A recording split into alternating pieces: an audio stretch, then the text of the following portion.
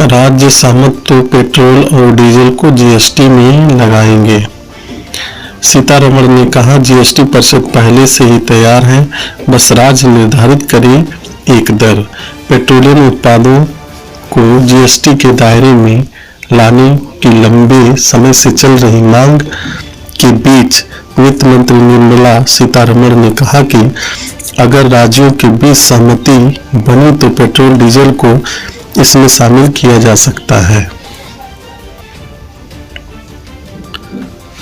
देश का व्यापार घाटा 12 महीने के निचले स्तर पर। देश के निर्यात और आयात में जनवरी 2023 में लगातार दूसरे महीने गिरावट रही। इस दौरान व्यापार घाटा भी कम होकर 12 महीने के निचले स्तर 17.75 अरब डॉलर पर आ गया है। दूरसंचार सेवाओं की गुणवत्ता के मानक सख्त करें। ट्राई। दूरसंचार विभाग ने कॉलड्रॉप पर रोक लगाने और कॉल की गुणवत्ता सुधारने के लिए ट्राई से सेवाओं की गुणवत्ता संबंधी मानक सख्त करने को कहा है। सोना 475 रुपये सस्ता, चांदी 195 रुपये फिसली। वैश्विक बाजार में बहुमूल्य धातुओं में नरमी से दिल्ली सराफा बाजार में सोना बुधवार को 475 रुपये सस्ता होकर के 56,345 रुपये प्रति 10 ग्राम रहा। चांदी भी 195 रुपये सस्ती होकर 65,925 रुपये प्रति किलोग्राम पहुंच गई।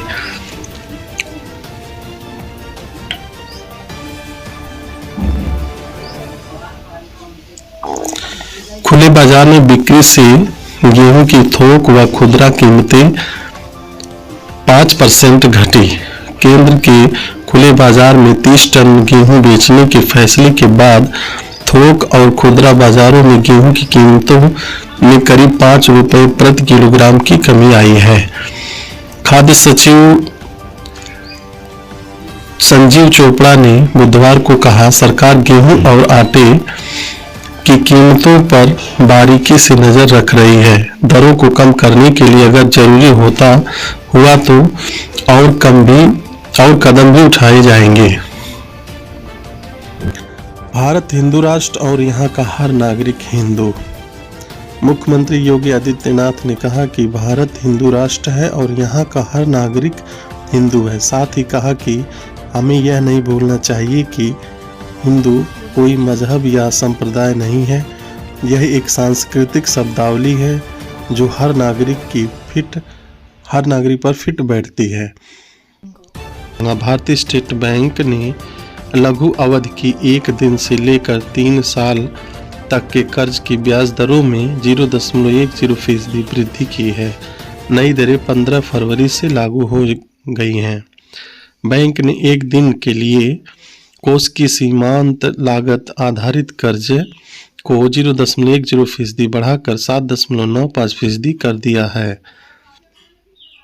6 महीने की अवधि वाले कर्ज पर ब्याज दर बढ़ाकर 8.40%, 1 साल पर 8.50%, 2 साल पर 8.60% और 3 साल पर 8.70% की गई है।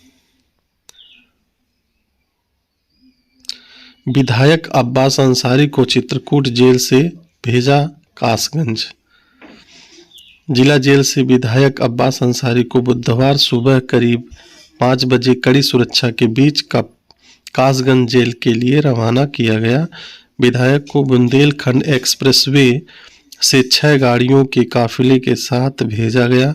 निगरानी के लिए 50 से अधिक पुलिसकर्मी भी साथ गए। जेल में नियमों के विरुद्ध विधायक से उसकी पत्नी निखत के पकड़े जाने के बाद से ही विधायक की जेल बदलने की चर्चा चल रही थी। कारागार एवं होमगार्ड्स राज्य मंत्री स्वतंत्र प्रभार धर्मवीर प्रजापति ने मंगलवार को अब्बास को कासगंज जेल भेजने के निर्देश दिए थे। बुधवार को सुबह चित्रकूट से 6 गाड़ियों के काफिले के साथ अपर एसपी चक्रपाणी पांडे के नेतृत्व में विधायक को कासगंज के लिए रवाना किया गया। निगरानी में 4 थानों के 50 से अधिक पुलिसकर्मी भी भेजे गए।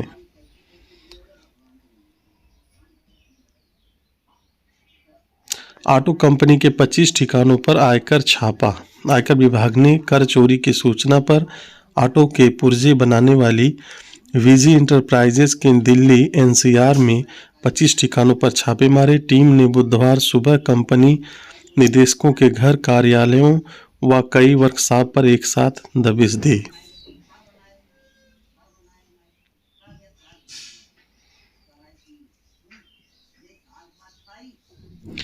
सैंपल फेल हुआ तो 3 साल के लिए ब्लैकलिस्ट होगी दवा कंपनी।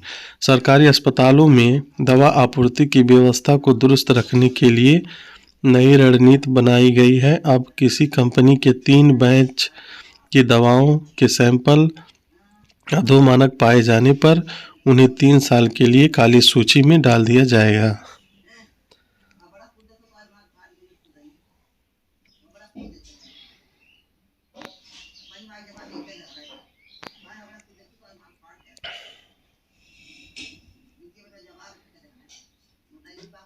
गाजीपुर समेत 3 जगह नया ट्रामा सेंटर शुरू करने की तैयारी। प्रदेश में गाजीपुर के गौरा बाजार समेत 3 जगह नए ट्रामा सेंटर शुरू करने की तैयारी है। इसके लिए सभी आवश्यक उपकरण खरीदने की प्रक्रिया शुरू हो गई है। स्वास्थ्य विभाग की कोशिश है कि अप्रैल तक ये सेंटर शुरू हो जाए। इनके शुरू होने से हाईवे पर दुर्घटनाग्रस्त होने वाले मरीजों को जल्द से जल्द राहत मिलेगी। साथ ही अन्य ट्रामा सेंटर पर मरीजों का भार कम होगा।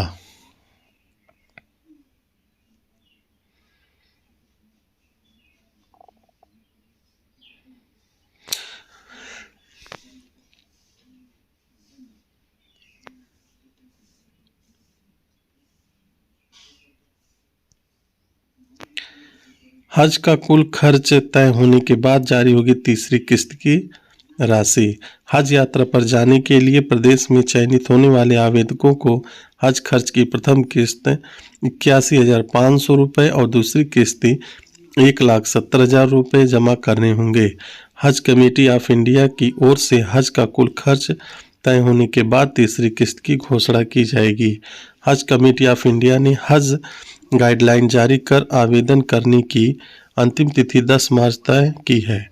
इसमें आवेदकों से हर आवेदन शुल्क 300 रुपये नहीं लिए जा रहे हैं। हालांकि हज के लिए चयनित होने वाले आवेदकों को चयन होने पर 300 रुपये जमा करने होंगे। राज्य हज कमेटी के सचिव एसपी तिवारी ने बताया कि एक कवर में एक परिवार के अधिकतम 4, न्यूनतम 1 वयस्क व 2 बच्चे ही आवेदन कर सकेंगे। बताया कि बिना महरम कैटेगरी में 45 वर्ष आयु से ऊपर की महिला समूह के अलावा अकेली महिला भी आवेदन कर सकती हैं। 70 साल से ऊपर के आवेदक एक सहयोगी के साथ आवेदन कर सकेंगे।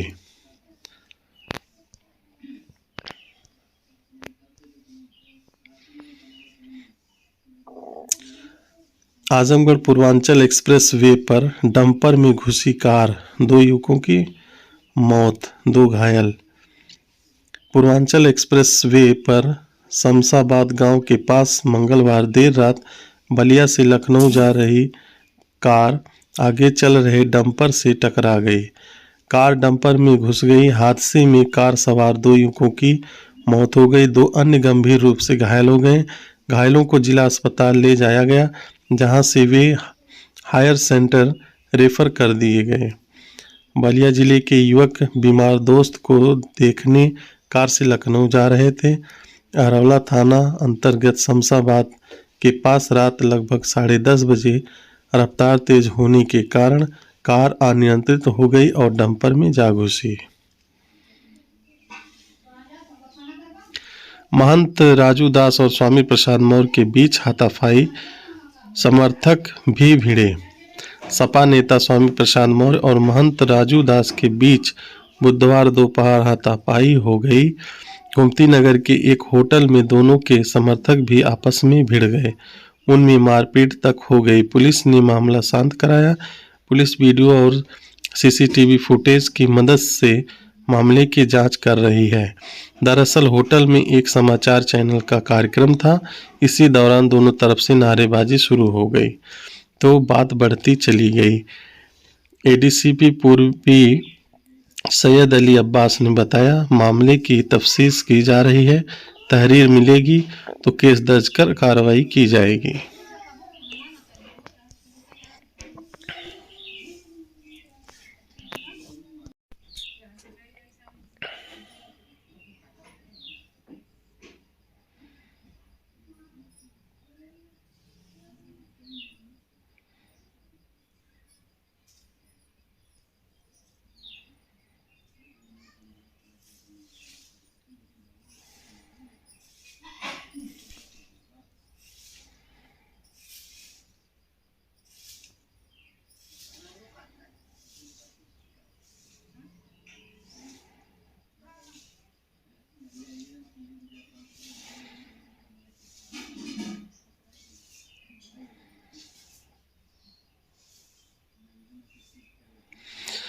अप्राकृतिक दुष्कर्म करने वाला पति गिरफ्तार।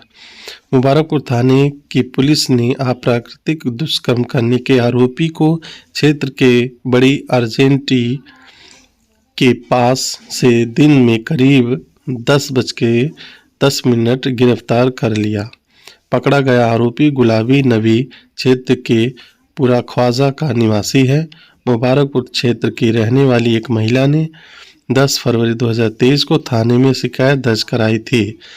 आरोप था कि पीड़िता के ससुराल में पीड़िता को प्रताड़ित किया जा रहा है। इसके साथ ही पीड़िता के साथ उसके ससुर द्वारा दुष्कर्म किया गया।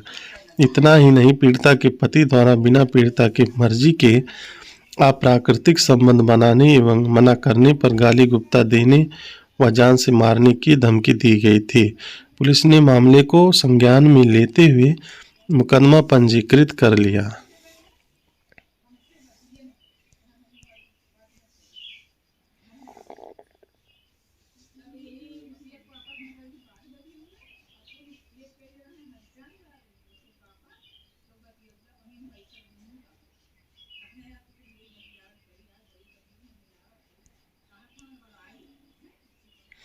कानपुर की घटना की ब्राह्मणों ने की निंदा।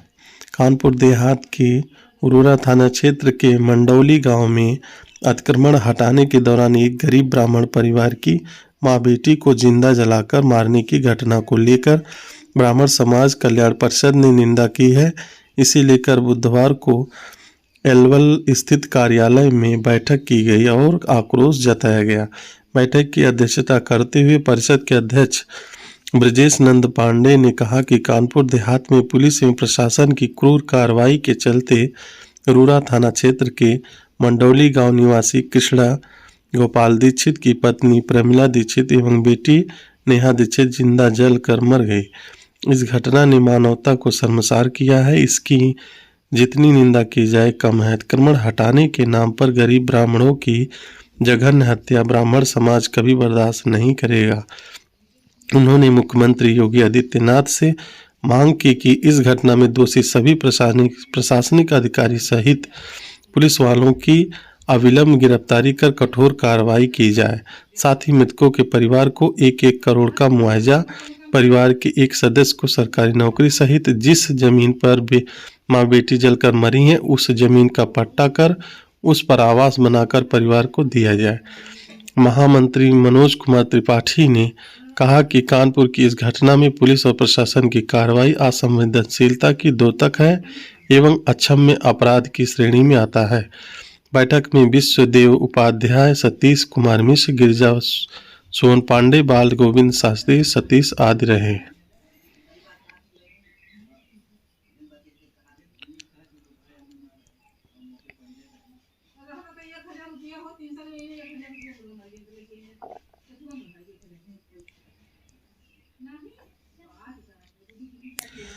धर्म परिवर्तन नहीं करने पर प्रेमी ने गला दबाकर महिला को मार डाला। पश्चिम सरीरा कोतवाली इलाके के असाड़ा गांव में करीब 7 साल से प्रेमी के साथ रह रही मऊ जिले की चंदा सिंह की मंगलवार को गला दबाकर हत्या कर दी गई। घटना के बाद चंदा का प्रेमी शव छोड़कर भाग निकला। प्रेमी 3 दिन पहले विवाहिता को इलाज के लिए मिर्जापुर ले गया था। घटना की जानकारी के बाद आषाढ़ा पहुंची मृतका की मां ने प्रेमी पर धर्म परिवर्तन करने का दबाव बनाने का आरोप लगाया है। प्रेमी चंदा को मैरा कहकर बुलाता था।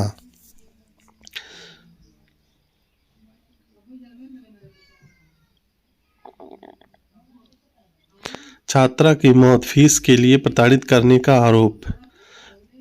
गाजीपुर थाना क्षेत्र के बाजार निवासी एक छात्रा की मंगलवार की रात अचानक तबीयत बिगड़ने पर संदिग्ध हालत में मौत हो गई। छात्रा के भाई ने निजी महाविद्यालय के प्रबंधक और शिक्षक पर फीस को लेकर प्रताड़ित और अपमानित करने का आरोप लगाते हुए मुकदमा दर्ज कराया है। पुलिस ने शव पोस्टमार्टम के लिए भेजकर छानबीन शुरू कर दी है।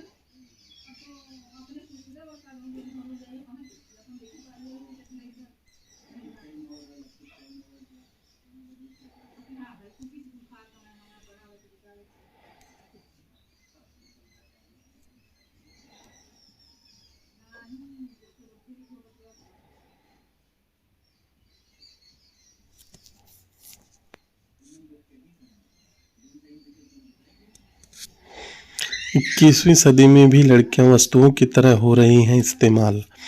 बॉम्बे हाईकोर्ट ने लड़कियों के साथ किए जा रहे व्यवहार को लेकर सख्त टिप्पणी की है। हाईकोर्ट ने कहा, 21वीं सदी में भी लड़कियों को वस्तु की तरह इस्तेमाल करने और आर्थिक फायदे के लिए उन्हें इस्तेमाल करने की घटनाएं सामने आ रही हैं। 1 साल की बच्ची को खरीदने की आरोपी महिला को जमानत देते हुए अदालत ने अपने आदेश से यह बात कही।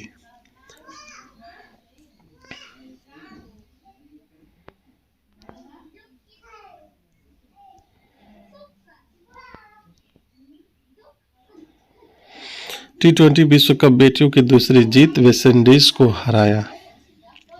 आगरा के दीक्षित शर्मा की घातक गेंदबाजी की बदौलत भारत ने T20 विश्व कप में वेस्टइंडीज को 6 विकेट से हरा दिया। वेस्टइंडीज ने 6 विकेट पर 118 रन बनाए, जिसे भारत ने 18.1 ओवर में 4 विकेट पर 119 रन बनाकर हासिल कर लिया।